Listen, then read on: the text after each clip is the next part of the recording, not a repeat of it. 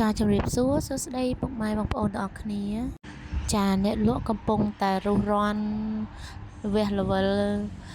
រងចាំបងប្អូនចាកុំឲ្យបងប្អូនរងចាំយូរគឺកំពុងតែច្រកជូនបងប្អូនហើយក៏មានជ្រក់ជើងមាន់ជ្រក់ស៊ីឈ្វាន់ចាបងប្អូនចង់ពិសាទាថ្មីក្តៅហុយមានក្រួចមានត្រីអាំងថ្មីក្តៅធានាគុណភាពស្រស់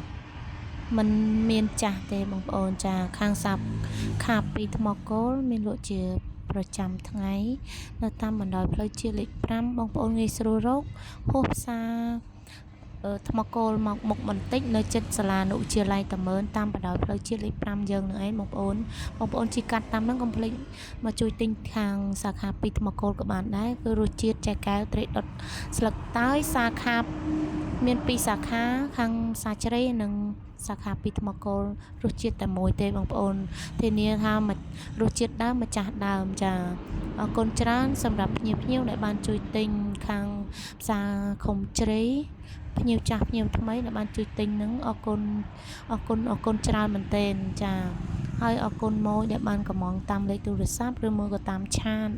បងប្អូនអញ្ជើញមកដល់ទីតាំងផ្ទាល់ក៏បានកំងតាមយកទៅឲ្យដល់ផ្ទះក៏បានដែរចាអរគុណច្រើនជម្រាបលាដែលបានពេញចិត្តទឹកជ្រលក់4រសជាតិចាអរគុណ